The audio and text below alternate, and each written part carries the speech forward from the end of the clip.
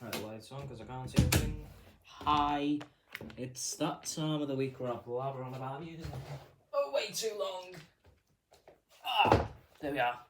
All set up. Let's just get started immediately. Okay, that's closed. Let's go. Let us start off with an album re-review, Naz's Magic 2, and with the news of, spoiler hit for a later section, Magic 3 coming out, being a thing, I thought I'd return to the one that released not even 2 months prior. And boy, honestly, to me, this album's aging like fine wine. For others, it's the complete opposite, but for me, I still am loving it. Nas is pinpoint, flow after flow. His bars, they're usually solids. They're usually good. Obviously, there are a few bad eggs, though. But, they're usually unproblematic. We need to bring Brad Head and still sucks, though. As well as that, what this all really means, scrotum bar. But, yeah. The beats are stunning from front to back. Even in the 30-second intro, it's kind of still, amazing. Bizarre how much effort was put into the beat on this. Hit Boy killed it. Probably the best batch of beats he's ever given. So, yeah. In his 6th album run, it's better than the ones on Magic 3. Spoiler alert. I'm just going to say that now. What this really means, Pistols on your album cover, and pretty much everything else aside from Abracadabra and Black Magic have phenomenal beats. To be honest, those two were just okay. Anyway, onto the rapping, which was mostly great. Sure, there were some poor verses, and 50 Cent wasn't the best, but, even then, 50 Cent wasn't even that bad. Flow-wise, at least, he was sound. But, yeah, this album's phenomenal. The beats are amazing. It's banger after banger, and honestly, to me, it's just absolutely fire. 8.6 out of 10. Now for 1, 2, 3, 4, 5, 6, 7, 8, 9, 10, 11, 12, 13 little album reviews then. Well, a lot of them are actually quite big. Starting off with, at the bottom, M. Huncho's My Neighbours Don't Know. And this album pretty much is the definition of why ignorance is bliss is like a quote at all. If I hadn't heard the name about twice, I wouldn't have listened, but here we are. Sounds like if Astroworld was made by someone as bland as Gunna, and it sucks. The rapping sucks, the beats are bland, and overall, it's insanely unenjoyable. It does have a 1 of 1, which is a banger, sure, but that aside, it just sucks, and it's hard to really praise much else aside from a few bars and a few beats. There are also horrific songs, such as The Unbearable Might Be, which I'm pretty sure interpolates the bread and butter beats. I don't like interpolations at all as a thing, but even without that, it just sucks. So, yeah. S tier laziness. And you can say that about the whole album, really. Lazy, boring, unoriginal, and awful. Those 4 words sadly describe the album to perfection. 1.1 out of 10. It's bad. Moving on to, pains me to say, but moving on to James Blake's Playing Robots to Heaven. Polarizer this one for sure, but I'm on the side of what the actual hell is this, and yeah, I'm really disappointed. Most of these, honestly, really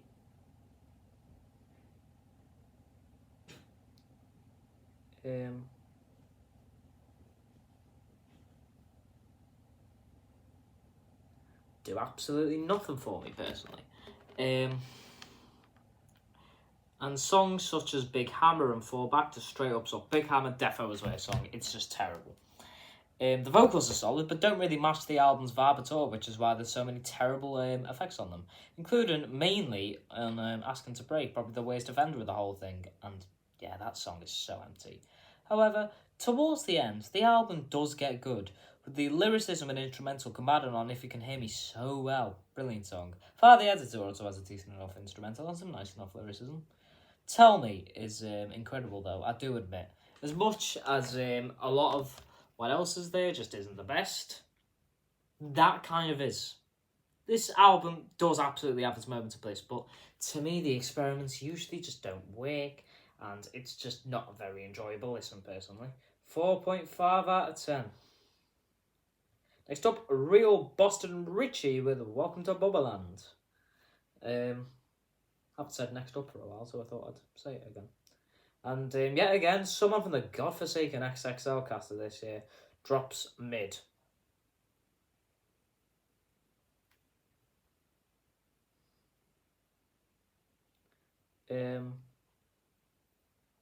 This one isn't like Fridays, for example. It's more like Rob 49's. It's not unbearable. Beat wise, honestly, this was pretty good in some areas. Can you just think? Can you just think? Can you just go to the bottom of my bloody screen? Anyway, beat wise, as I said, pretty good in some areas. Although the ideas weren't many enough for 16 tracks, and the album just got insanely boring after a while. There's nothing else did anything. The man really isn't a great rapper. His voice sucks. His lyricism sucks. My bitch is a blessing, so when she come home, I'ma rub her feet. For your ladies, man, guys. Wow. Truly terrible. Good to know he's a woman's... Oh, wait, I've already made that joke. Also, very horny. This is a horny album, man. It's also pretty basic, so there was that too, but the way it bangers. Battery Pack is genuinely amazing with a great beat. That and one or two other songs aside, this was pretty mid from towards the start, and at the end of the album. This was mid, in between, and at the start and the end, it's awful. Basically, that's what I was trying to say. Red Rum, for example, sucks ass and is also insanely boring. Yay. But, you know, it's better than the album cover, I guess, and there are good moments, but the lack of rapping talent shows. 4.6 out of 10. Right, I need to see what's happening then. Yeah, we'll see what happens. Moving on to Boohoo Bantam with Born for Greatness, which is honestly one of the strangest albums I've ever listened to.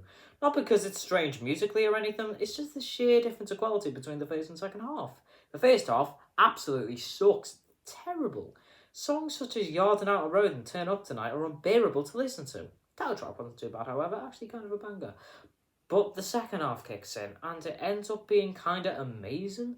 Songs such as the beautiful and insanely catchy close of Let My People Go, and Trial by Fire are less bland, less awful, and overall a complete borderline like oxymoron of the first half. It's genuinely really good. But the damage was already done in that awful first half, and I can't give it any higher than I'm about to. The second half of this album would genuinely be like a 7 or 8. First half, 2. 5.1 out of 10 though in the end, with them combined. Moving on to Teezo Touchdown with How Do You Sleep at Night? Which, honestly, it's not without its fun moments, it's not without its enjoyable tracks. I'll be honest, I kind of like the originals better. Like, I know that EDM drop is weird, but, like, it's not bad, it's cool. And tracks like Too Easy were nice as well. That track was really fun. There's also the track Neighborhoods, which honestly is like a genuinely great song, or probably the best in the album. Story-wise, vocal-wise, everything-wise, it was kind of beautiful. But this album did have its hilariously terrible moments. Think the opener okay, which was actually horrible. It was basic, corny, and unlistenable, and of course, I Don't Think You See Me had those off-key vocals, and yeah, that aside, it didn't have anything at all, really, so that absolutely sucked. And this album is insanely corny. Kinda to its benefit sometimes, because sometimes it's fun corny, but sometimes it's bad corny. Think like Daddy Mama Drama, that was bad corny. I don't know whether it was based off a true event and there's like introspectiveness in the goddamn thing, but I don't know, it's just really corny. This man is 30 making songs like 7-year-olds do when they're bored and want to be Justin Bieber. We've all been there. But sometimes fun though.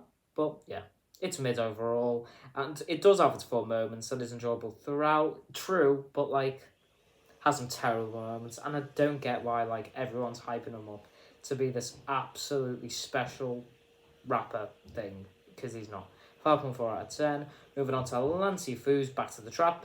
Lancey clearly knows the song went viral with how quickly he decided to drop this tape, and everything here just stinks of a cash grab. Sounds exactly like everything else I've heard from the man. There's no variation, no originality. Charm's wearing off, kinda, I'll be honest. There's also a Sexy Red feature, which, like, it wasn't a bad Sexy Red feature. It wasn't, like, unlistenable or anything. It was alright. It was half decent. But I feel like it's only there because she's relevant and, like, money and stuff. The money she'll make from... Money Lancey will make from the views, the streams, the sales, because of her name being on it. Because people do listen to her. But I'm set in stone that this is a lazy cash grab. But it sounds good enough for it not to be like absolutely terrible. How can you hear the beat on World Boss Flow as a Rage fan and think awful? No matter how many times beats like that have been used, the distortion, everything is just so nice. And hey, the the best song, the closer, which is also the closer, Last Breath, is pretty cool. And honestly, the only song with any creativity in it. I don't know why I put the best because it's not the best at all. Actually, never mind. But yeah, there are duds such as the annoyingly repetitive and boring Couple GTS, for example, which sounds the exact same as the song previous. But yeah, overall, can barely get through this review. But TLDR, too long, couldn't understand what the hell he was saying. It's mid and a lazy cash grab in my eyes, which is a real shame as his best songs have a really good sound and he showcased potential towards the end of the album. And like, it's not one of the worst cash grabs of all time, I will say that, because there were some good tracks, I like his sound, but I still think it was pretty lazy. He could do a lot better. 5.5 out of 10. Moving on to Joey Valence and Bray with Punk Tactics. This one isn't a cash grab. It's just really annoying. The production's cool and all, but the rapping sometimes sounds so forced and annoying. The lyricism sucks, and the random memes don't work at all, and are so annoying. It doesn't work like it does with like 100 gex in terms of fun at all. Also, unrelated, but this is honestly the whitest album I've ever listened to. Alright, moving on.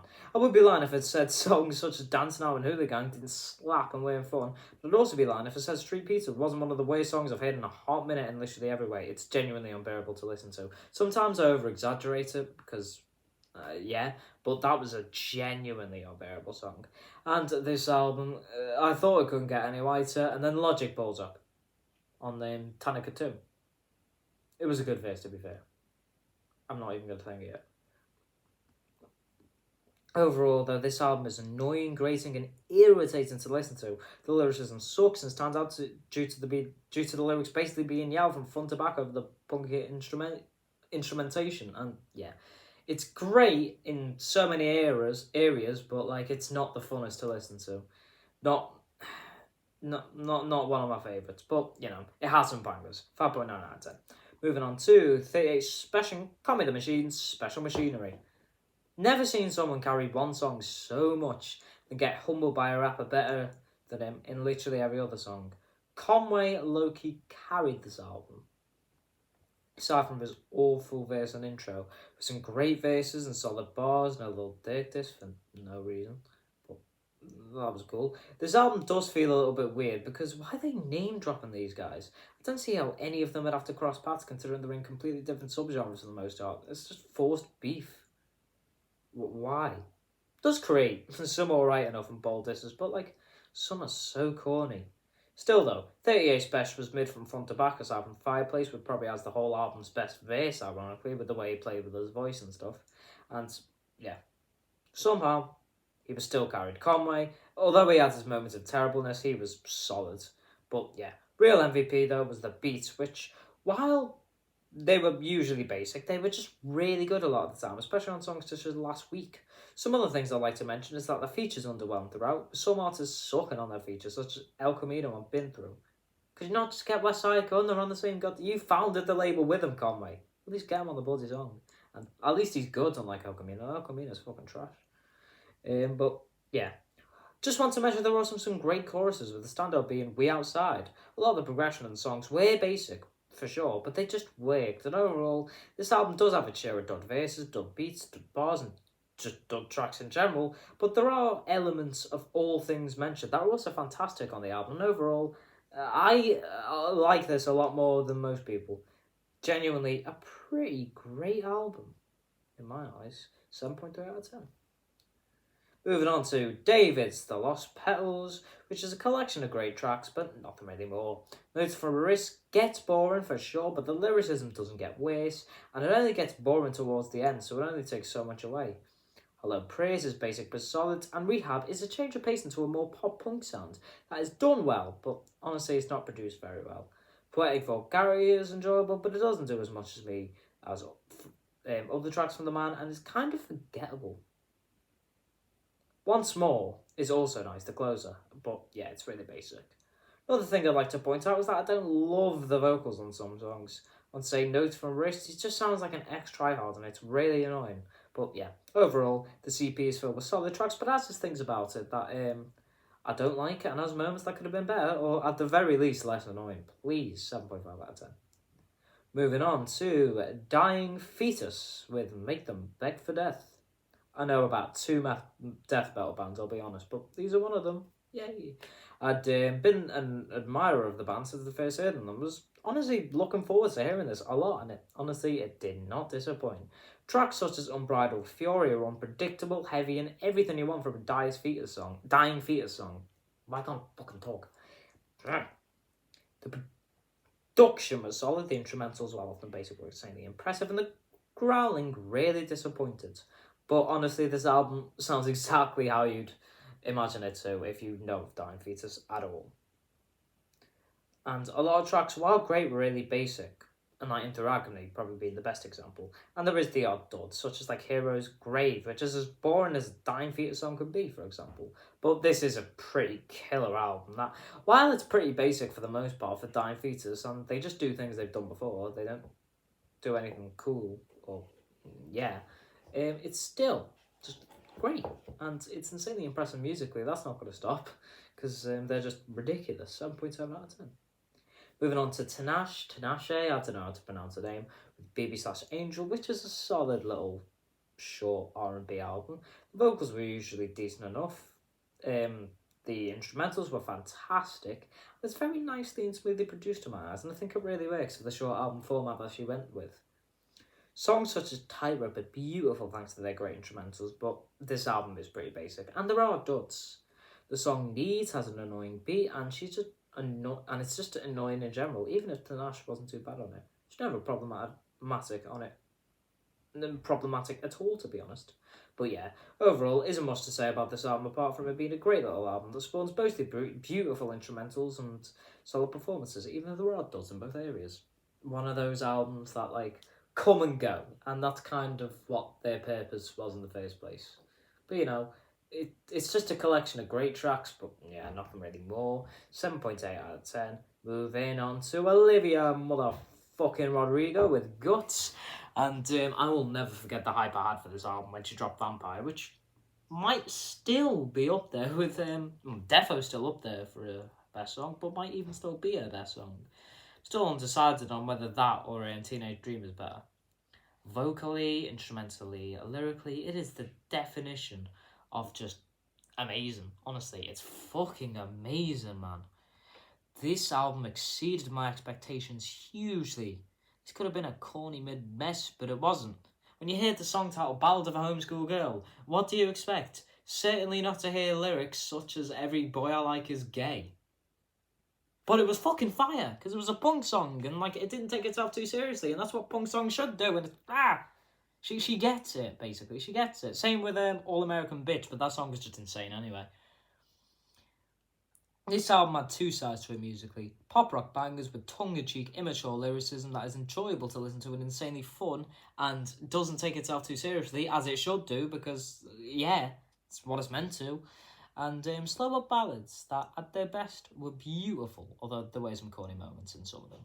Basically, yeah, it's just Sour too, but it's just Sour, but 10 times bloody better, and Sour was already great. So, you know what? She knows the sound. She's improved on it. She's made it better. She's smart. She knows what she's the best at, and she continues doing it really well, and she did here, so fair play. And the instrumental quality took a huge boost. They are incredible on this album. And the lyricism, it was already really good, but it's remained really good. And songs such as The Grudge were insane lyrically. Hurt people, cuts whenever equal. I can't remember the full line, but it was such a good line.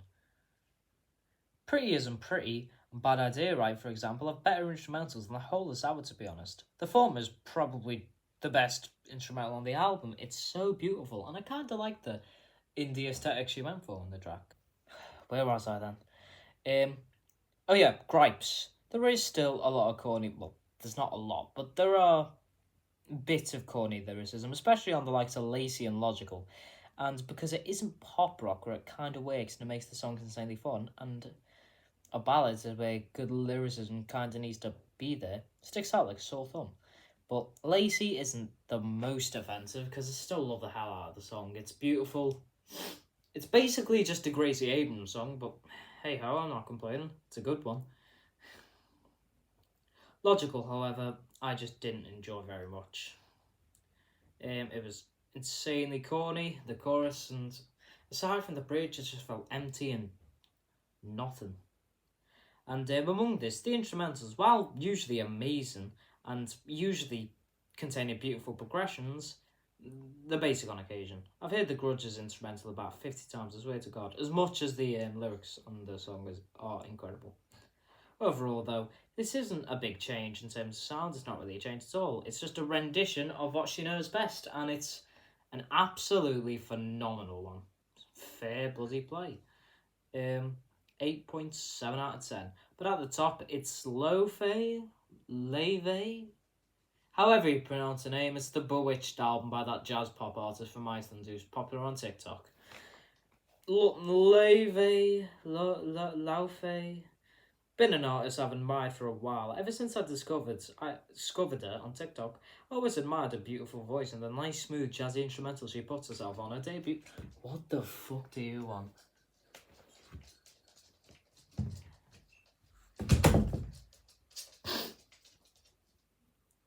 Her debut's amazing. Anyway. As I was saying, because I keep getting my flow ruined, her debut was amazing, and she does the same thing as she does on her debut, but just better. The bossa nova here is stunning, as is her vocals, as always, and the instrumentals are more consistent than they were on her debut, and are simply unbelievable throughout, especially on, like, Lovesick. Stunning, front to back. The lyricism was already great on the debut, but it managed to somehow get better here. Unbelievable lyricism here. Letter to My 13-Year-Old Self was lyrically beautiful, and it's one of those heart-wrenchers. Honestly, fuck it, Song of the Year. Amongst this, songs such as the opener Dreamer, which is incredible, and the closer Bewitched, and many others are beautiful masterpieces that also rival some of the best songs all year. And so there are other beauts too that I haven't mentioned. Most of them are. I'd be here all day if I had to talk about how bloody beautiful this album can get and why. However, some instrumentals are basic and just don't work in my eyes. Misty, for example, tries to be like unique, and while I think it's great, it doesn't work as well as I think it could have done. If it reached its potential, it would be the best on the album. And other songs such as Promise didn't reach their full potential either instrumentally. Overall, though, this album is beautiful in every way. But I'm not 100% sure this is here at her fullest potential. So you could genuinely make like some sort of genre-defining masterpiece. I'm not even kidding. If anyone's going to do that in jazz pop at the minute, it's her. Because she is unbelievably talented.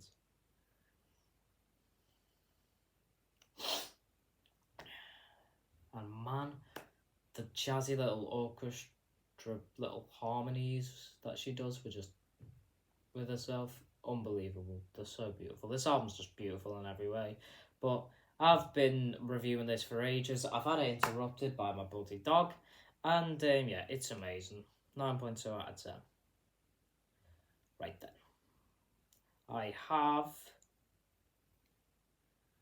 got 1, 2, 3, 4, 5, 6, 7, 8, 9, 10, 11, 12, 13 albums I'm going to listen to, but I'm going to shout out a further one, that being Corey Taylor's CMF2. 13 songs, 53 minutes long. If you can avoid a Corey Taylor album, please do. I don't want to listen, so I won't. First of all, I'm going to talk about the two albums I've already listened to. Nas's Magic 2, my first prediction was a 7, and Magic 3, sorry. It features Lil Wayne, it's 15 songs, 45 minutes long, feels a lot more like a King's Disease than a Magic, really, considering why the Magic series existed in the first place. But who cares, it's the final Nas and Hit Boy collab. The names of the albums don't really matter, they wanted to give it a good ending, and I think they did. And then, probably my most anticipated album all year, Mitski's The Land is Inhospitable and So Are We. It's finally out, 11 songs, 32 minutes long, and I love it. Because of course I do. If you've not heard the 3 singles, absolutely incredible. Now we're going to move on to some other ones, such as Diddy, the Love album, Off the Grid. This features The Dream, Herb Alper, Nova Wav, Busta Rhymes, Dawn Richard, Kalena, Dirty Money, Nisha, Jozzy, Jax, Fabulous, Sway Lee, Summer Walker, Jozzy, French Montana, The Weeknd, 21 Savage, Justin Bieber, Jasmine Sullivan, Ty Dolla $ign, Kalani, Jozzy, Ty Dolla $ign again, Coco Jones, Callan. For real, Casey Haley, Mary J. Blige, Teyana Taylor, Jeremy, Burna Boy, Babyface, John Legend, and Hair. 23 songs, 1 hour, 24 minutes long. I'm predicting 4. Got the whole industry on that. Moving on to Sleepy Hollow with Boy Meets World, which features Doechii, Marshmello, don't know why, but he's there, 5 Foreign, Tata, Lil TJ, 347 Aiden, Marshmello again, why? Mikey Bands and Jay Bezzy, 18 songs, 43 minutes long, 2. And everyone's favourite sad boy rapper, Rod Wave, has dropped Nostalgia, featuring Wet, 21 Savage, and Sadie Jean. 18 songs, 55 minutes, 3. Ransom, he's released so much this year, and I've just not wanted to bother listening to it, but I thought, share the spoil the child EP, let's do it. 5 songs, 40 minutes long, features Maya and Ty Jams on 2 of them, 38 Special and Shay Nora on 1, and Nicholas Craven on the other. 5 songs, 40 minutes long, 7. Vic Mensa with Victor, which I'm kind of looking forward to listening to be honest. This features Omari Hardwick. Okay, I'm not looking forward to it anymore because this features Jay Electronica on 1 song and G-Eazy on another one, and also Chance the Rapper on that one. Although it does feature Mater and Thundercat, and Common on the Common and Mater and Thundercat on different songs, by the way. But they're cool, I guess. Rhapsody's cool. Dixon and Lecken I've never heard of. Ty Dolla $ign, Mr. Hudson I've never heard of. And Clemens D. Smoke I haven't heard of. They're all the features on the album. 18 songs, 49 minutes long. Kind of scared, but hopefully this is good. 6. Next up is City Morgue with My Bloody America, which I've been looking forward to a fair bit. No features, it's just City Morgue. 15 songs, 30 minutes long, 7. Madison Beer with Silence Between Songs. 14 songs, 44 minutes, 6. 30 Seconds to Mars with It's the End of the World, but It's a Beautiful Day. 11 songs, 33 minutes long. I want this to be good, but I don't think it will be. So 4. Willie Nelson with Bluegrass, and one of the worst album covers I've ever seen. 12 songs, 43 minutes long. I don't see any universe with this as good. 2. Pretenders with Relentless. 12 songs, 49 minutes, 6. And we're done. Oh, there we are. This will be a long one. This episode sucks. Whatever. See ya. It's done. Bye.